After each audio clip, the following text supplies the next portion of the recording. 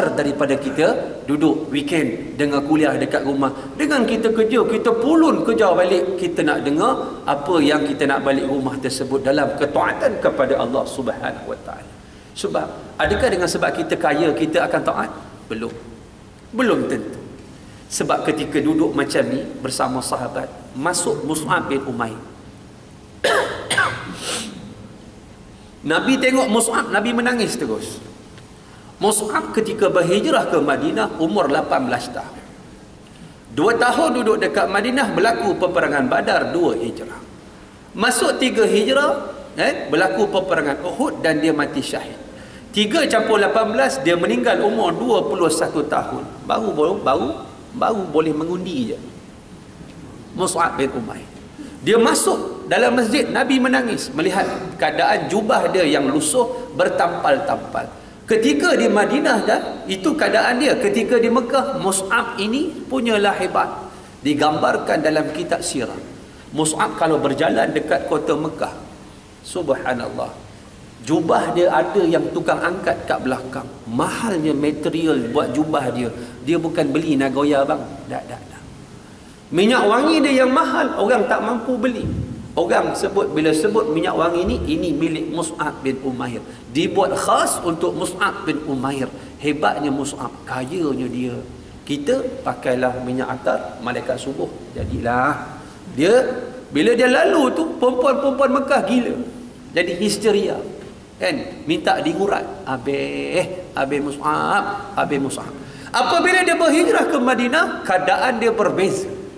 Dan Nabi berkata, wahai kalian, bagaimana kamu nanti kalau kamu ketika itu kamu senang? Kamu makan bertukar-tukar hidangan, bertukar-tukar talam. Kamu keluar baju lain, kamu balik petang baju lain. Kamu tutup rumah kamu sebagaimana kamu tutup kelambu Kaabah. Kayanya kamu. Lalu bangun sahabat kata, ya Rasulullah, ketika itu kami akan menjadi orang yang tumpu pada ibadah saja, tak payah bekerja. Apa jawab Nabi? Antumul yaum khair minkum yauma idzin.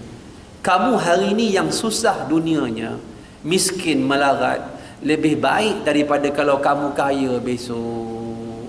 Tuan-tuan, jangan sebut lau-lau. Kalau Pak Malau ni jangan sebut. Ustaz, kalau saya kaya Ustaz, saya buat surah Muhsinin ini 20 tingkat. Jangan sebut kaya, takut-takut besok kaya, bukan surau dengan dia hilang. Kerana apa? Belum diuji ketika itu. Dan orang-orang yang dalam keadaan muhasabah diri dia, istiqdad dia untuk mati. Wa amila lima ba'dal maut, yang kedua. Yang pertama, dia selalu muhasabah diri dia, banyak ingat pada mati dia. Dan yang kedua, dia banyak istiqdad, bersedia untuk mati dia. Kalau kita meninggal tuan-tuan pukul 2 tengah hari ni, agak-agak kita nak bawa apa? Pergi Mekah 40 hari, tencaluk, tempoyak semua dia bawa. Nak hidup kekal lagi abadi, khalidina fiha abada, tidak ada bekalan. Apa yang kita nak bawa di sana bila kita masuk satu alam namanya barzakh, iaitu satu dinding, satu dinding sebelum jumpa akhirat, dipanggil barzakhun. Ada satu buku, cantik buku ni, boleh baca tuan-tuan. Buku ni ditulis oleh Dr. Abdullah Aid Al-Qarni. Tajuk dia cantik. Malam pertama, tajuk dia malam pertama. Saya dah buat dekat ITM Shah Alam. Pandai pula penganjur tu. Dia buat malam pertama ... question mark. Ramai datang tuan-tuan malam tu. Rupanya malam pertama di alam kubur. Ya salam. Yang datang rambut merah, rambut pacak, rambut macam-macam rambut. Tapi bila diingat malam pertama di alam pengantin, alam kubur tuan-tuan. Tajuk bukunya malam pertama di alam kubur. Iaitu itulah malam pertama kita. Disebutkan oleh malaikat, bagi orang yang baik, tidurlah kamu sebagaimana tidurnya pengantin. Iaitu pengantin yang tidur macam mana? Pengantin dulu. Pengantin dulu, suami 30 tahun, isteri 15 tahun. Tak pernah berjumpa. Bila pergi meminang, Kan? Yang meminang dia tak datang. Keluarga meminang tak datang. 2 wakil orang. Hari ni kalau pergi meminang, power dia masih datang kan? Kalau power dia tak datang, rombongan sesat jalan. Sebab power dia lah paling mahir rumah, cikaro dia, awet dia. Jadi dia akan, orang dulu bila pergi meminang macam tu. Yang kat rumah tunggu suspend, bila nak balik, bila nak balik, bila nak balik, bila nak balik, bila nak balik, tunggu jawapan diterima atau tidak. Yang di Pinang tak keluar, dalam bilik bawah katil menyorok tuan-tuan, anak dara pinggitan. Sebab itu bila ayah dia tanya, manalah Minah ni, bila tengok-tengok bawah katil, kau setuju Bila? Muka dia merah macam Doraemon. Setujulah tu.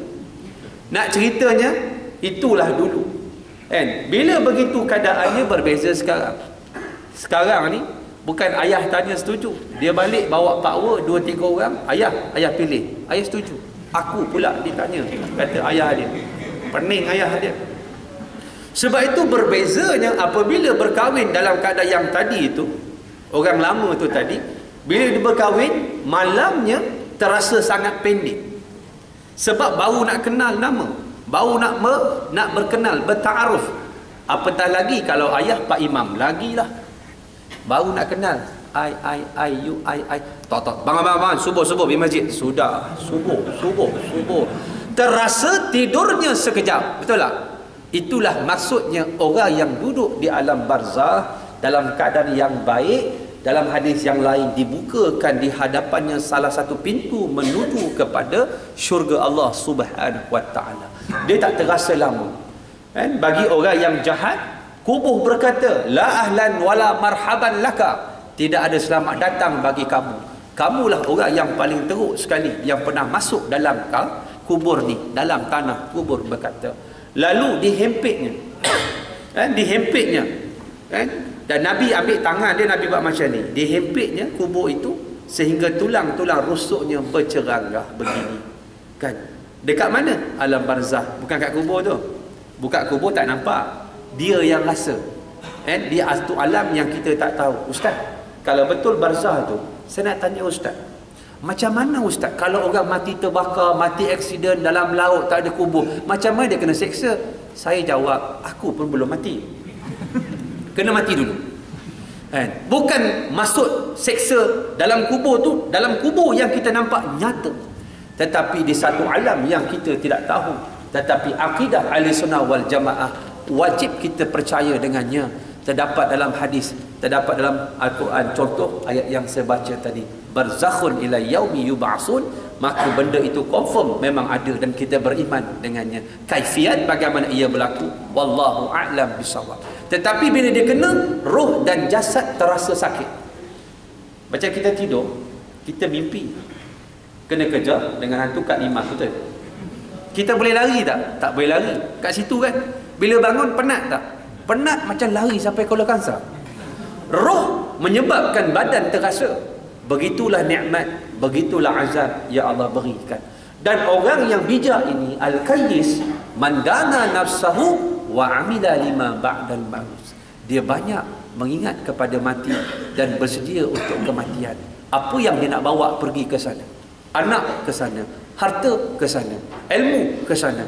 Ini yang kita sebut bahawa kita memberikan persiapan menuju ke sana.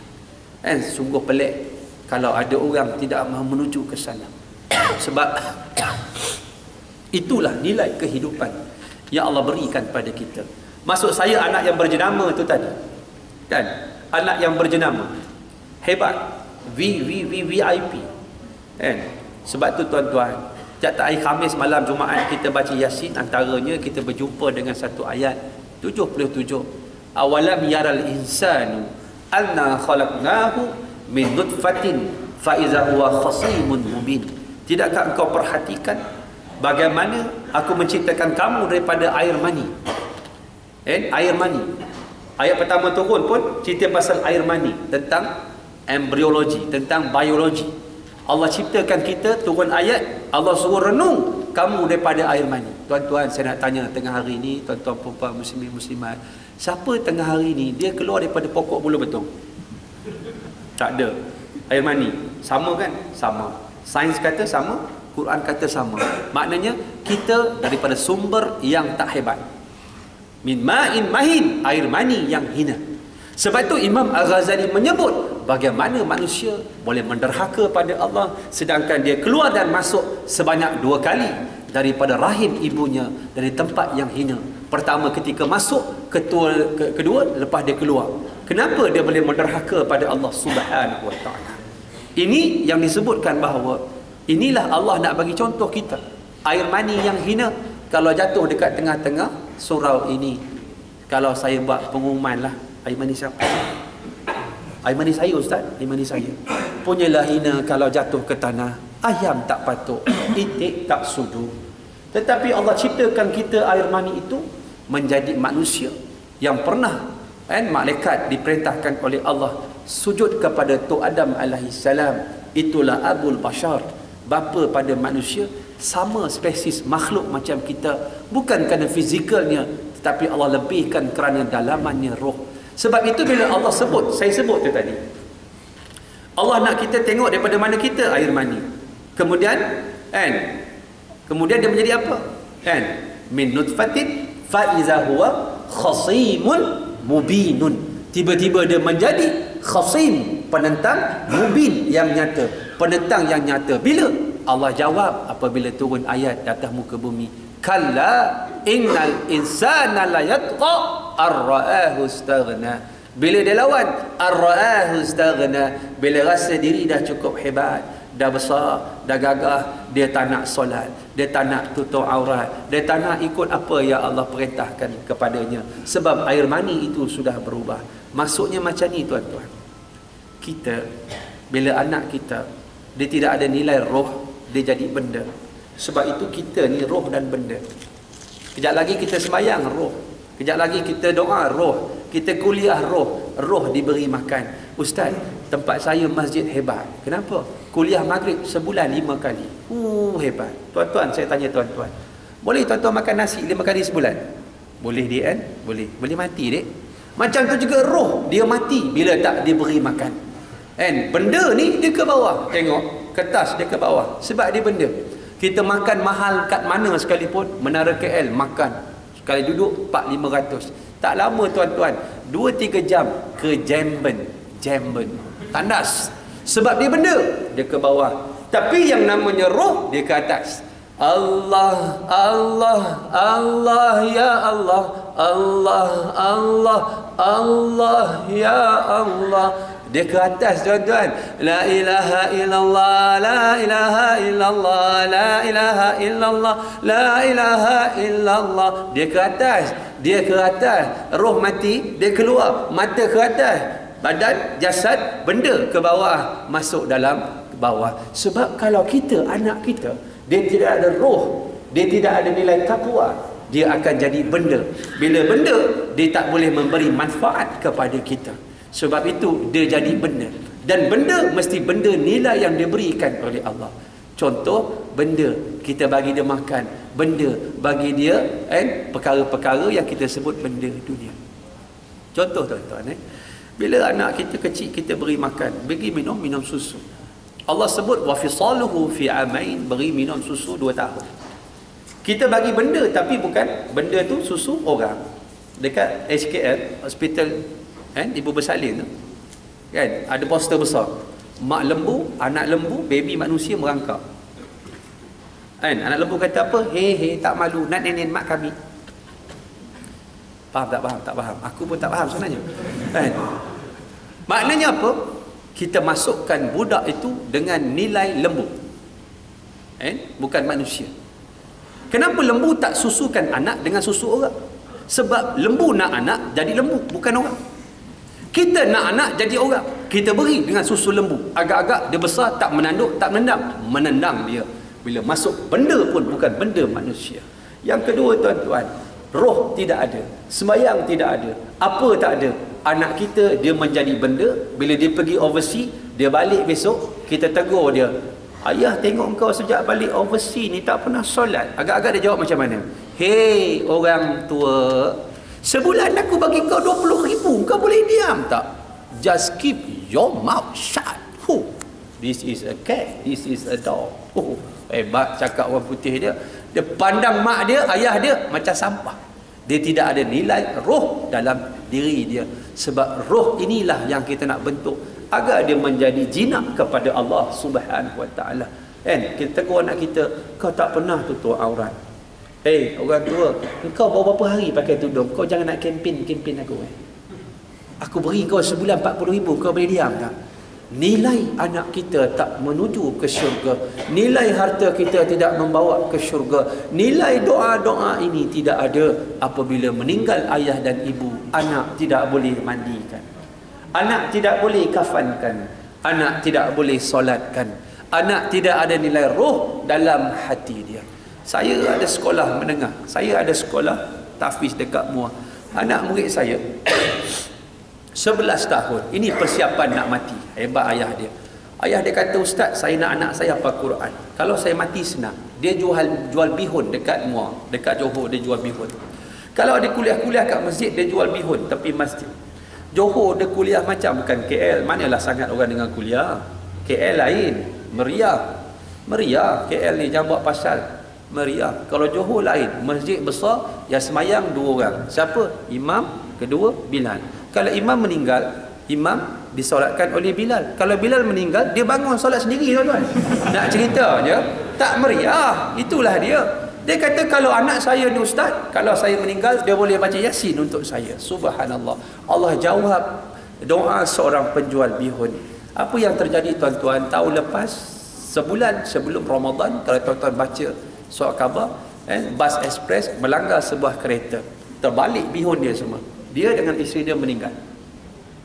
Anak dia ketika itu baru menghafal 2 juzuk. Allah jawab doa penjual bihun. Di depan masjid, ini yang saya dapat roh.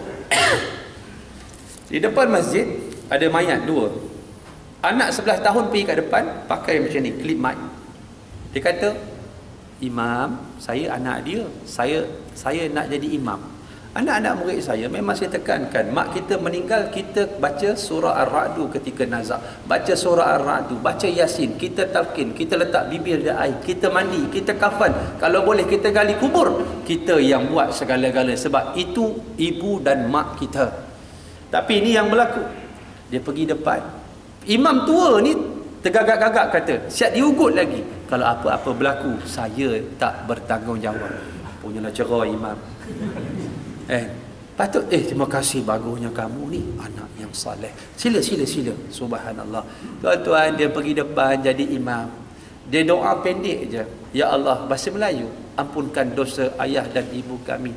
Golongkan mereka di kalangan orang yang soleh. Satu masjid menangis. Kenapa menangis? Dia ada roh. Dia doa ada roh. Bukan dia menghafal skrip. Allahumma ja'al qubrahu rawdatan min riyadil jannah. Allahumma anta rabbuhu wa anta khalaqtahu wa anta hadaitahu lil Islam wa anta qabatta ruhahu wa anta a'lamu bi sirrihi wa alaniyatihi wa qad ji'naka raghibina syufa'an lahu faghfir lana wa lahu. Ini skrip biasa imam-imam masjid dan surau. Tuan-tuan pernah tengok orang menangis baca Yasin? Jarang Orang berhenti dekat R&R baca Yasin, dekat ujung surau tu menangis. Terseduh, tersedat. Lagi awal, dah 2 jam, Yasin.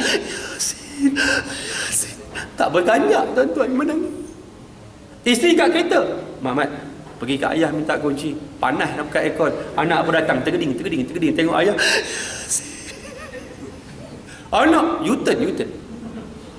Macam mana? Gagal mak, kalau mak berani mak pergi. Bukan agak tengah menangis baca Yasin, cuba minta nak kena sepak sampai Jepun ke? Minta. Isteri datang, tolong konon hebat, minta. Dia cakap abang pun tak lepas. Suami tengah menangis. Yasin. Orang baca Yasin hari kami malam Jumaat. Cuba tengok imam-imam masjid, khalifah tak ada penangis pun. Yasin wal Qur'an. Pakai mama. Lepas. Macam biasa, tempat biasa.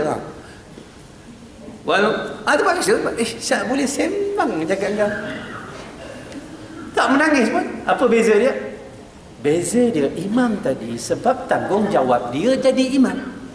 Yang menangis tadi, anak tadi, dia baca Yasin teringat arwah ayah yang pernah didik dia sembahyang dan baca Quran, dia teringat, dia menangis kerana mengenangkan apa yang mak ayah dah ajar dia masa dia kecil dulu. Subhanallah. Inilah bila ada roh, dia lain. Dia menangis. Isteri baru kahwin 12 tahun dengan dia, tak kenal siapa pak mentua, tapi dia kenal ayah dia. Bila ada roh, anak kita engineer, anak kita azan. Bila azan dia semayang, aku bukan engineer, aku hamba. Anak kita pilot, apabila atas awan, masuk waktu semayang, Allahu Akbar, aku bukan pilot, aku hamba. Anak kita kerja dia apa? Angkat sampah dengan alam flora. Masuk waktu zuhur, ambil wuduk dekat tandas awam. Bentang suat khabar metro, Allahu Akbar, berdoa, ya Allah ampunkan dosa aku, ampunkan dosa kedua orang, ibu bapa aku. Rahmatilah keduanya, kerana kedua-duanya telah mendidik aku. Bukan beri makan minum, mendidik. Kama rabbaya tarbiyah, aku masih kecil, aku kenalmu sebagai Tuhan. Roh sudah masuk dalam hati dia, maka dia bercakap ada nilai, dia berdoa ada nilai, kasih sayang yang dibentuk apabila menuju kepada kematian. Itulah persiapan kita. Kalau kita mati pukul 3 petang nanti, ada tak anak nak mandi, nak kafan, nak doa, nak solat jenazah? Kalau tak ada, kena persiapkan. Kalau kita nazak saat lagi, ada tak anak nak membaca surah Ar-Ra'du, membaca Yasin untuk kita roh mudah keluar? Kalau tak ada, kita kena persiapkan. Kalau tak seimbang, kita gagal, tuan-tuan. Anak kita boleh baca novel Harry Potter 3 kali khatam. Novel Harry Potter tebal ni, tuan-tuan. Kalau baling anjing demam kepialu, tuan-tuan. Bila Fatihah Quran dia tak boleh baca, di manakah akal fikiran kita ke arah menuju kepada kematian?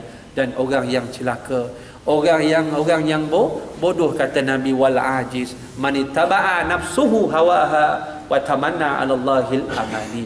Orang yang lemah, orang yang bodoh, kata Nabi, ialah orang yang mana dia mengikut hawa nafsu dia, dan dia bercita-cita Allah nak berikan dia ganjaran, tetapi dia bekerja tak mengikut spek Allah Subhanahu wa taala. Ikut spek Allah Subhanahu wa taala. Tuan-tuan, orang datang rumah kita nak semesir rumput, kita kata kamu mesir rumput, aku bagi kamu upah RM100. Dia datang rumah kita, dia mesir rumah sebelah. Habis mesir rumput minta kita upah, kita bagi tak bagi, sebab bukan rumah kita. Allah suruh buat A, kita buat B. Lepas tu jumpa Allah, ya Allah, apa ganjaran aku? Pening ke? Pening, tuan-tuan. Tak betul. Kita balik, jangan ikut nafsu kita, letakkan sifat hamba itu di depan. Kita pakai tudung, biarlah pakai tudung kerana Allah. Kenapa pakai tudung? Allah perintah pakai tudung, pakailah. Bila tak kerana Allah, tu yang masalah. Tudung mahal-mahal tak menepati piawaian. Contoh 5 layer, berlapis-lapis. Lapisan pertama ya, yang kedua, yang ketiga, yang keempat, yang kelima. Kita tarik yang ke depan, tarik ke belakang, kita pusing sana, kita pusing sini, kita belit, kita cocok sini, paku dan paku sini. Pontianak tengok je. Pontianak kata, aku ada 1 paku kat leher, kau 10 paku. Akhirnya ibadah itu tidak kerana Allah, dia menjadi nafsu. Waliyazubillahi ta'ala. Tuan-tuan, puan-puan, muslimin, muslimat, ada 2 hajat di sini insya-Allah. Lepas daripada solat, kita akan buat solat. Solat hajat pertama kepada Ros Hayati binti Ibrahim, yang kedua ialah Cik Rania binti Hisham. Dua-dua ditimpa musibah. Mudah-mudahan Allah memudahkan. Musibah bagi kita, tetapi kena ingat, ketika Allah kita bagi kita baik, itu sifat dia sempurna. Ketika dia uji, juga sifat dia sempurna. Tak tercabut sifat dia yang sempurna itu. Maknanya dia datang daripada Allah, baik belaka. Dan kita mohon pada Allah berikan keputusan terbaik untuk kita semua. Yang kedua, tuan-tuan, yang kedua saya mohon sumbangan sedikit. Di belakang sana ada sijil wakaf, infak wakaf untuk mahat tahfiz saya di Jalan Temenggung Ahmad. Orang-orang Muar boleh singgahlah. Jalan Temenggung Ahmad, Parit Jawa. Dia tak jauh, 2 jam je daripada KL. Laju sikit 1.5 jam, laju lagi 1 jam, laju lagi alam barzah, tuan-tuan. Janganlah kita cuba. Dan di sana ada brosur, boleh tengok halaman blog, boleh tengok apa Facebooknya. Kalau naik bypass Muar tu, bypass traffic light ke 10, straight saja. 100 meter sebelum traffic light Parit Jawa, sebelah kanan, betul-betul tepi jalan. Ada 2 blok. Saya bermula 2008. Sekarang dah siap 2 blok, nak buat lagi blok yang ketiga, Saidang Osman. Itu pun dah dekat 900,000 dan banat 2.2 juta. Dan ketika buat, saya beritahu saya ada kat kocik saya RM1,200 sahaja. Projek 3.6 juta. Tapi saya yakin Allah akan pandang kerja-kerja yang baik. Saya buat pelan-pelan. Sekarang ada 220 pelajar, 100 tahfiz, 120 sekolah rendah Islam, dan blok C sekolah menengah insya-Allah akan datang. Dan tertangguh sebab memang tak ada duit lah. Terus terang lah. Nak ceritanya begitu. Jadi bolehlah kat situ ada RM20, ada RM50, saya cerita wakaf nak menyumbang dan sebagainya. Mudah-mudahan dapat meneruskan kerja buat baik ini, dapat anak-anak yang macam tadi itu. Memang anak-anak saya, anak didik saya, memang itulah yang saya didik mereka agar menjadi anak-anak demikian. Betul-betul dekat belakang sekolah tu asam pedas Parit Jawa yang masuk dalam TV tu. Memang betul belakang sekolah tu asam pedas Parit Jawa, tuan-tuan. Mana kalau tuan-tuan jumpa asam pedas tak jumpa sekolah, bahaya juga. Itu pun disangsikan juga. Dia akan jumpa sekolah dulu. Siapa-siapa yang balik lalu tolong-tolong tengok, tolong-tolong doa. Maknanya tak siap lagi lah. Kenapa tak siap? Tak ada yang marah. Faham marah? Kalau lalu dia marah, siap. Siapa punya tak siap-siap geram betul. Aku nak ambil 4 juta, siap. Tapi sebab dia tak marah. Dia tak marah tu tak siap. Mudah-mudahan Allah dapat berkati kita, dan insya-Allah lepas ni sama-sama kita solat hajat daripada cerita solat zuhur insya-Allah. Mudah-mudahan Allah berkati kita. Aku lu qauli hadza wa astaghfirullahal azim li wa lakum. Wassalamualaikum warahmatullahi wabarakatuh. Bismillahirrahmanirrahim. Allah manfa'na bima 'allamtana wa 'allimna ma yanfa'una. Ya Allah, manfaatlah kepada kami dengan apa yang Kau ajar pada kami. Ajarlah kepada kami dengan perkara-perkara yang bermanfaat bagi kami. Ya Allah, ya Tuhan kami, jadikan anak cucu zuriat kami anak-anak yang soleh dan soleha, anak-anak yang beriman dan bertakwa, anak-anak yang mendirikan solat, menutup aurat, yang tahu membaca Al-Quran, anak-anak yang boleh mengusung, memandi, mengkafan, mendirikan solat jenazah untuk kami, anak yang boleh memimpin tangan kami ke syurga-Mu, ya Allah, anak-anak yang kasih padamu dan kami, ya Allah, ya Allah, ya Tuhan kami, jangan Engkau uji kami. Kalau Engkau uji kami, Engkau akan buka kelemahan kami, Engkau akan koyakkan tabir-tabir kelemahan kami, dan Engkau akan azab kami. Birahmatika ya arhamar rahimin. Rabbana atina fid dunya hasanah wa fil akhirati hasanatan wa qina azabannar. Subhana rabbika rabbil izzati amma yasifun wa salamun ala al-mursalin walhamdulillahi rabbil alamin. Taqabbalallahu minkum.